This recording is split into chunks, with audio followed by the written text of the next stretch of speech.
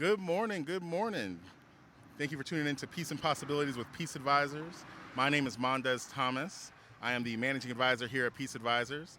Today we have a very, very special show with you. We are pleased to present with you Mr. Braxton Winston, City Councilman. Good morning. Good morning. Good morning. Welcome, welcome. Mr. Winston is running for City Councilman right now. Make sure you get out, early vote. Bring your parents, bring your friends, bring your family. Early vote today. And when is the election day? Early vote runs from today through July 23rd. Then election day is Tuesday, July 26th. July 26th. So make sure you know where you can vote. Make sure you're registered to vote. And City Council is one of the most important elections, so we want to make sure you're out there. We're also joined by the fantastic premier chef himself. You've seen him on Instagram. You've seen them turkey legs. You've had them if you're lucky, because they sell out quick. So, Mr. Kevin Barge, thank you for joining us today. Thank you for having me. Excellent. So, Mr. Kevin Barge runs the Premier Chef at 2740 North Graham Street. If you follow him on Instagram, you've seen all that delicious barbecue that's taken over the internet and those delicious sides. But again, it sells out quickly, so make sure you get there quickly. We also have Ms. Kayende Bright. Welcome. Hello. Hi. Hi. She runs her own skincare line here in Charlotte and does facials, esthetician work at her salon over on Pineville Matthews Road. So you can also follow her on Instagram. Kai, what's your Instagram? It's at MBV Aesthetics. At MBV Aesthetics. So definitely feel free to follow everyone here today. Today we wanted to have a conversation about the city of Charlotte, about the economy, about affordable housing, all right, living in the city. So as everyone's seen, we've seen the price of housing go up. We've seen, 47% increase in rents across the city.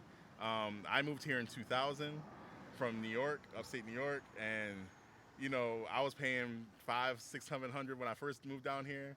Can't find that now. Absolutely not. I was 1 year behind you. I came down in 2001 from New York City. So see, yeah, and we thought it was cheap back then. It was, man. I was renting a 3-bedroom house with a backyard, and which was what is now called Noda, for about $700 a month. So you can't find that anywhere in Charlotte anymore. At all, and that's a big issue. When we've been talking about, at Peace Advisors, we do financial planning, health insurance, and life insurance, and we have to look at people's budgets. And the biggest budget item for most people, especially approaching retirement, is your housing expense. Can you afford to live inside? Do you have to move in with your kids? Do you have to plan? Do you have to sell your house and move somewhere else? We have clients right now that are cashing out at the top of this market, moving to other states, with cash in their pocket. Yeah. And I'm happy for them. Yeah. But the problem is, once you sell your house, where are you going to live? Exactly. And that's the kind of conundrum that we're in here in Charlotte. Realistically, on a macro level, Charlotte is still a very affordable city for people, like you said, that are coming from different parts of the country. But if you exist here in Charlotte, if you're already here and you've been here for a while, this is becoming more and more unaffordable. And like you said, regardless of kind of where you're at in the income spectrum, I don't care if you have a $500,000 house, right? If you sell that, if you're able to afford that, well, where are you going to go get another $500,000 house, right? Because with that $500,000 house, what you bought it for $500,000 a couple years ago, it's going for $750 or something like that now. So there's a lot to it. Maybe we'll get into it, but there's a lot to it. This is a function of policy and the way we've developed this city over time, and it's going to take a lot for us to get out of here. But we're working hard on it every day, especially over the past 5 years. I think we're setting ourselves up for a more equitable place to live, but we still got lots of work to do. Now, one of the big questions we always have is, how affordable is housing? Just to qualify to move into an apartment, right? Just to qualify, you have to make 3 times the rent. So the average rent, just using the numbers, is $1,500 a month right now. All right, so you have to make 3 times that, so that's $4,500 a month. So minimum, you're really looking at, you have to make at least $60,000 on an average income just to qualify for a house or an apartment.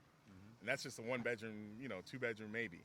$60,000 a year is actually higher than the average income in Charlotte. Yeah. So on average, we can't afford to live here. Yeah, absolutely.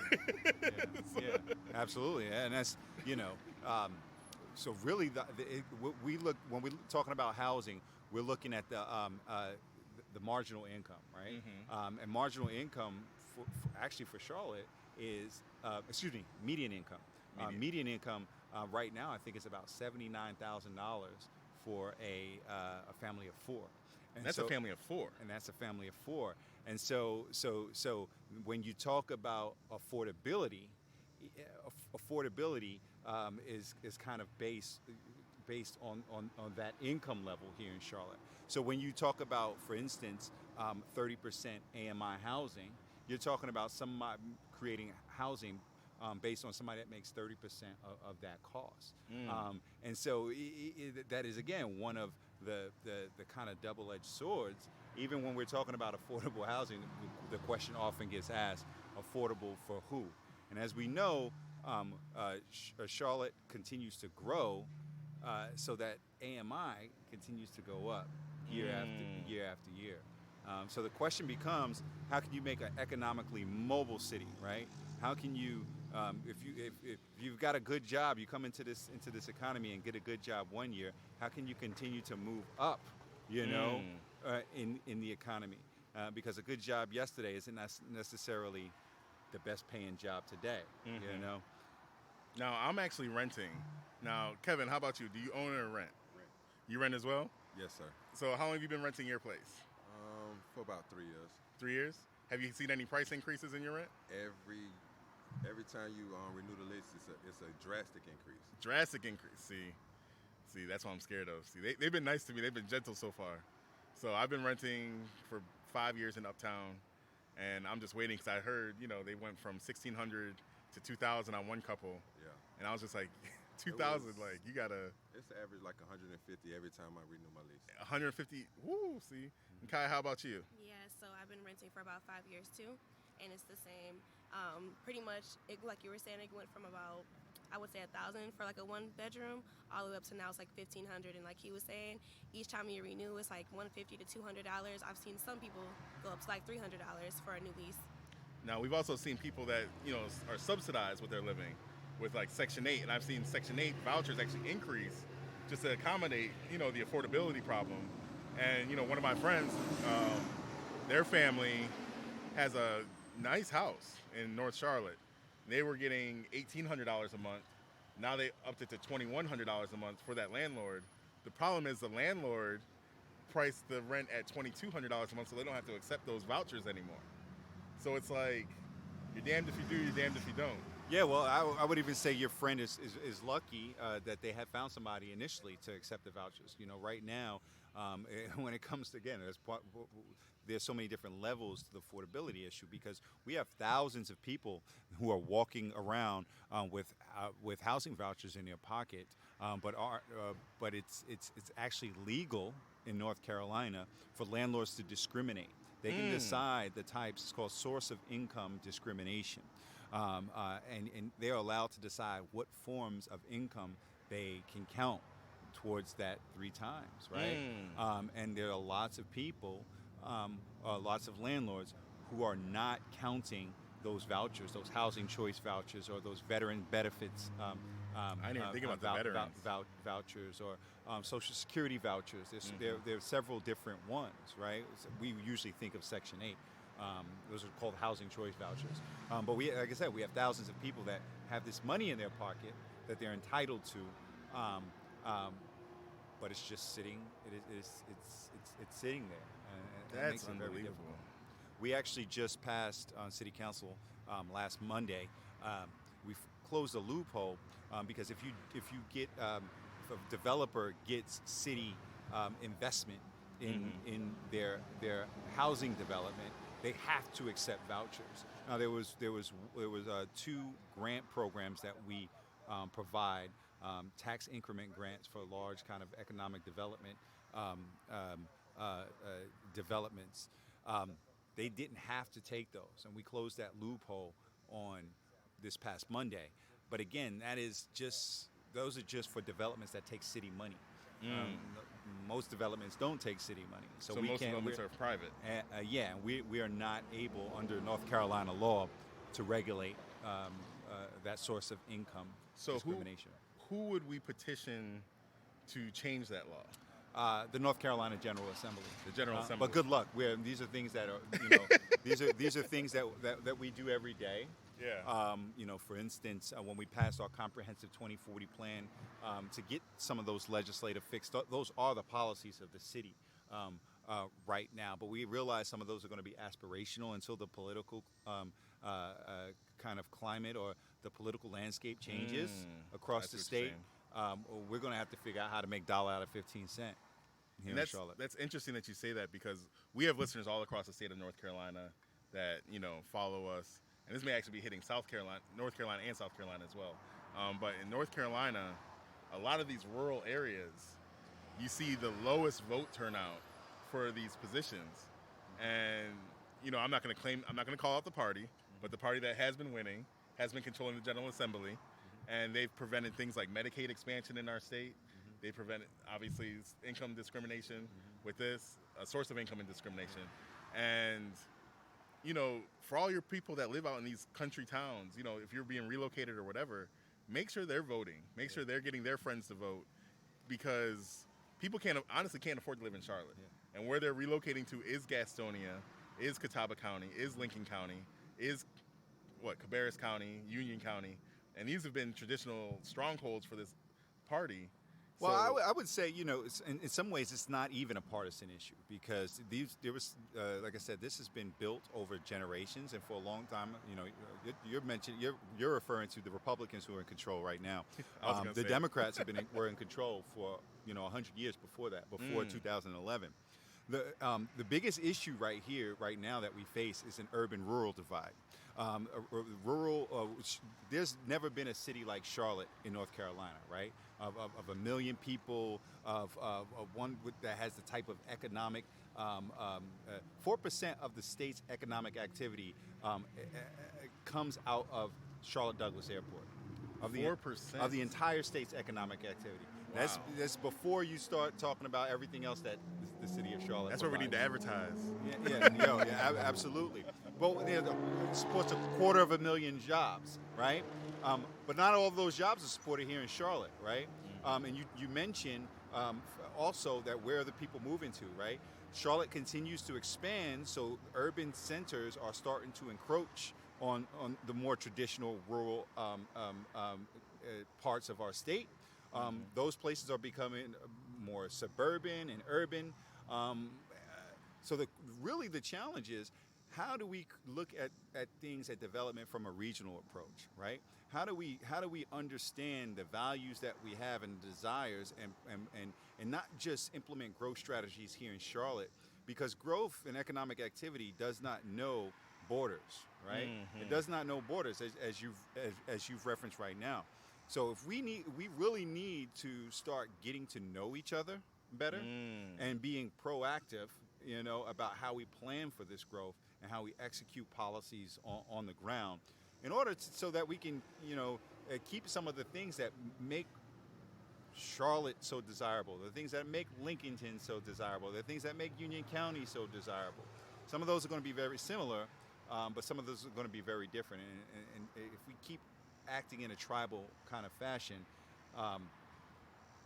things are going to happen to us, as opposed to us being able to manifest our destiny. Being community oriented, working together, absolutely. Now, one thing that I love about Charlotte is the community. I've lived in different areas of the country, and when I came to Charlotte, thanks to social media especially, because I lived in Raleigh for a little bit, and Raleigh's cool, but Raleigh's very family oriented. Charlotte is full of entrepreneurs. This is a grind and hustle city, and I absolutely love that energy. It's literally the hornet's nest. It's buzz city. It's buzzing, and you can feel it. And Kevin, when you started Premier Chef, I remember seeing your Instagram post, and you was just woo, and what made you plates. You was selling plates out here. That's right. What made you, first of all, choose Charlotte and want to start your own business in Charlotte? Well, I moved to Charlotte in 2010. At the time, I knew nothing about Charlotte. I came here, visited one weekend, fell in love with the city. Where are you from? And then I'm from Florida, Jacksonville, Florida. Jacksonville. Okay, Yeah. Duval. Yeah. Okay. Fell in love with the city and just said, I'm going to come. Like, just did it. Got a job, worked a little bit, and then was like, I'm going to go back and, try to do my cooking thing, because I was a private chef here for a while. Okay. And then what I did was I just cooked some food, went to businesses, told them, like, I'm a new private chef in the area. I'm trying to promote my business. How about I do lunch for you guys? They was like, shoot, free food, bet. So There you go. after a couple of those, people started hiring me to do their stuff. And then I went to real estate market doing stuff for open houses. And I was chefs for a couple hotels, main events. Then I just expanded from there. So now networking in Charlotte, because like Braxton said, we have to become a community in Charlotte. How has it been networking and meeting people and building those business contacts?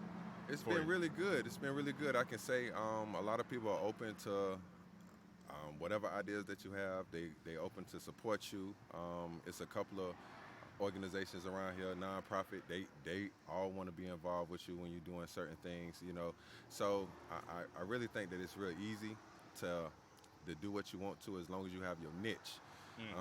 You have to have a niche, because it's a lot of people doing the same thing, and it's people get discouraged in failure. Consistency is key. And you have to be open to helping people.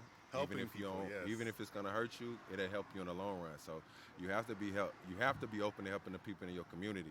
Helping you. If you're not helping you, then what you doing it for? Exactly.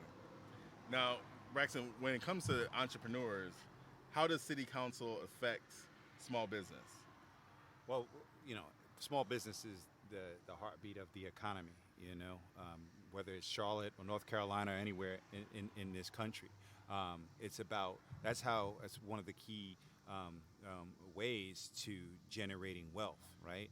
How do you invest in yourself, through your home and through a business, right?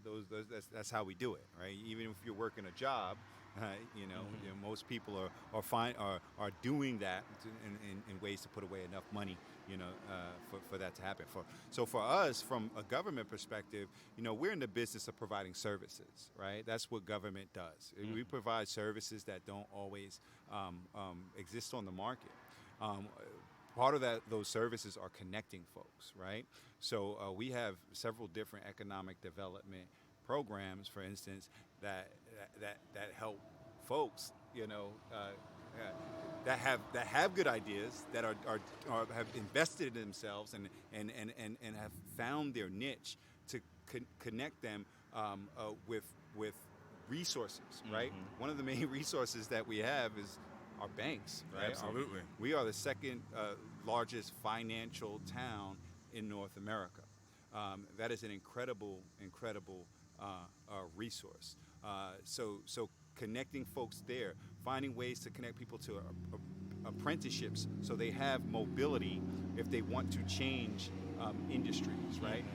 One of our number one responsibilities from an economic development standpoint is to recruit businesses and industries, really, less than individual businesses, to bring industries into Charlotte.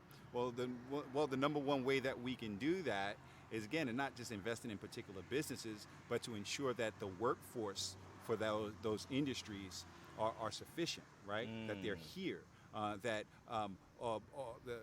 Whether it's interacting with our partners in education, whether it's interacting with professional industrial groups, how can we make sure government isn't going to train these workers, right?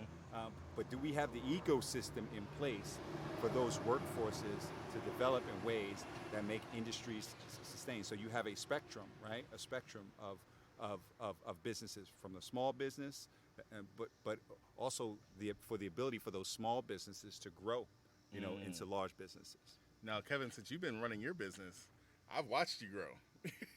I mean, the people will be lined up outside. You're sold out hour into opening. Yeah.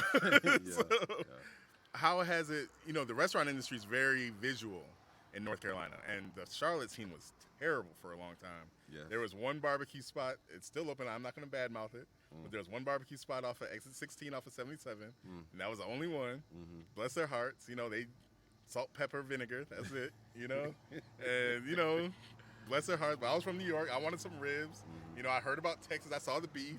You know, we couldn't find anything, but now we have so much diversity in our kitchens. In Charlotte, there's so many barbecue spots. There's so many food options. Yeah. You know, when you created yours, because you stand out. You know, I don't just eat it anywhere. If you guys follow me on Facebook, I'm Mondes Thomas. Y'all follow me, y'all know where I'm eating, and it's only good food. You know, if you hang out with me, you're going to find the good food, because that's what we do. You know, and your food is definitely top tier. You know, Thank you. I want to, you know, I'm going to go ahead and say it. My girlfriend had a party. I've catered her whole party with your food, and it made me look real good in front of the family.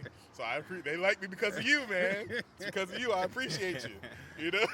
You're welcome. You're welcome. You made me look good. So I was like, he's never going to miss. So, you know, what makes you stand out in your food? And, you know, how do you develop that market niche that you've done? Oh, okay. So a lot of times it's trial and error. I've been a chef for 22 years. So I looked to see what Charlotte didn't have and just brought it to the city. Okay. Like you say, you know, we're not going to badmouth people. People like what they like. They like you what know? they like. But I didn't Bless see their the hearts. type of barbecue or seafood that I have, so I brought it to the city, and it seemed like people like mine a little more. They sure do. They sure do. Now, as far as running your business, you know, at Piece of Advisors, we talk about a lot of different things, and we can get into conversations about business management and stuff. When you manage your business, and going back what Braxton was talking about, financial, getting the money, getting the loans, getting the small business loans, you know, as people of color, it's difficult. You know, sometimes we see that. It's difficult for us to know what we're getting into. You know, we can't find that information. How was it the process for you for getting financing and everything? Okay, so everything is out of my pocket. You know, when it comes to financing, yeah. So I bought all of this stuff in cash. Tell Braxton help. But We gonna do afterwards, I found out in our community, financial literacy is a big issue. I have a friend that's been in business for 11 years. His revenue is over $500,000, and his Dun & Bradstreet is a 72. And I'm like, how is that possible? No late accounts, no anything. It's just because he don't understand how Tier 1, Tier 2, Tier 3 profiles work. And a lot of us don't understand that you have to have different profiles and the different tiers and different levels to even qualify for them big bank loans. And when you get into it, most of us have no idea how to even start doing that. You know, and I also have a friend that been in business 6 months and has a 97 Dun & Bradstreet because they know how to work the system when it comes to the tiers. I'm not even there yet. I yeah. pay everything. Come on now. Exactly. So it just depends on, you know. I don't even know what y'all talking about. So for the uninitiated, Dun & Bradstreet is a way of maintaining your business credit. It basically, when we have regular credit, they look at how you maintain and pay your credit cards, Yes. your bills, Yes. you know, but not even your bills, but just really your credit cards and loans that you own. With business credit, you can actually get credit for paying for supplies, for gas, any type of business expense, rent. It can be reported to your business credit, and then as it shows that you can pay your bills on time, you become more credit worthy. Versus, you know, I'm not going to be able to pay. You can see your revenue, you can see all kinds of stuff with your business credit. So companies are less discriminatory and able to give you larger loans off of your business credit. Exactly. The problem is people don't take the time to establish it. But Exactly. They feel like their personal credit will be the guarantor for what they want on business, and that is a very not smart thing to do. terrible. That was me. I just got approved for my platinum card, and when I tell you my whole life changed, I learned the word cash flow. Yes. I was like, I have what we call cash flow now. I don't have to. My bills can go here. I can get points here. You know, and this is what we talked about on our first episode: is maintaining cash flow, getting rewards, getting paid for using the money that you already Exactly. have. And you don't have to pay interest to the banks if you know how to leverage the banks. Exactly. And it's another level to the game of how to maintain your money. And, you know, especially when you're dealing with the government, what we learned dealing with the government is your paperwork better be in order. Yeah. Because they're going to audit you. They're going to look and see, were you established before this date? When the pandemic hit, they were giving PPP loans. And the PPP loans went out to the people. You had to use it for salaries. You had to use it for this, that, and the other. And if your paperwork you weren't getting the money. You know, I did my PPP loans. I got them forgiven because I used the money for the business. You know, it was very simple, but you just had to do it the right way. You know, I was gonna say something about that. I feel like just my personal belief is that the PPP loan thing was a big scandal for them to come for us in different ways, because they made it so simple for people to go and to get. Like, they didn't do too much research on anything. But now we talking about 3-4 years later, they pulling people, they doing audits on people accounts. They doing, okay, well, how many employees you have? Oh, you can't prove you had them employees. We're gonna freeze this account. We're gonna take all this money and leave you stuck. And if they have businesses, what can you do but fold? You know, so I feel like it was a ploy. It was a scam. Go ahead. Yeah, well, I was going to say, like, Mondes, you made a good point. Municipal government, local government is very different than federal government. But we are the same in that, you know, our monies that come down from the federal government, they come through the states and through the cities and other government entities. So we have to report anything. So people don't always understand when you want to come to the city, you have to have your paperwork in line so that you can be even eligible. You know, the city is so much tougher. Yeah, but to that end, I love the conversation that you guys were having, because from a business standpoint, you know, it's so important to have that relationship with a financial institution, right? The government is not necessarily a financial institution. It's not the best financial institution. But there are things that we can do, again, from a partnership standpoint, from an economic development standpoint, if you know the questions that you need to ask. Right? You mentioned, for instance, what the food scene was like 5 or 6 years ago versus now. Now, I'll say it coincided with something that happened, I think, that happened in local government 5 or 6 years ago. About 5 or 6 years ago, I don't know if your business would be legal, because there were regulations that said you couldn't have mobile kitchens, right? And that is, we can get in a whole conversation of why that existed and why, you know, why that was, why they didn't want taco trucks, you know, coming extending far down Central Avenue. But when it comes down to it, as food trucks became popular, well, we had to legalize them, because there was a organized group of business owners that said, hey, we're missing out. Not just us from a business standpoint, but the entire city. As you said, we're missing a whole kind of class of business person that could be starting kitchens, right? Were it not for the need to invest in a whole hard capital infrastructure of a restaurant, right? Exactly. And so once that policy was changed, right, and once the policy was written to create a zoning district for commercial kitchens, all of a sudden, what do you see?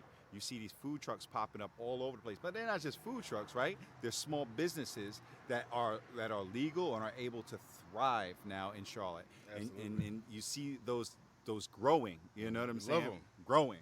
Love them. So. Now, we're running out of time today. We're actually going to continue this conversation on the next week's episode.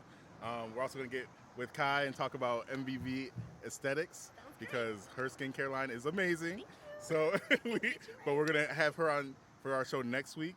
Make sure you get out and vote right away with Braxton Winston running for City Council. Go to votebraxton.com and you can find out where your early voting location is. There's 13 locations all across the city. Even if you're not registered to vote, go and vote early, and you can register and vote in the same day. And also feel free to donate, and also follow The Premier Chef on Instagram, The Premier Chef on Instagram. And you can find us at Peace Advisors at www.peaceadvisor.com and connect with us. We're happy to go over anything you have questions about. But we will talk to you all next week. Enjoy your week. You can go to Vote Braxton too. At Vote Braxton.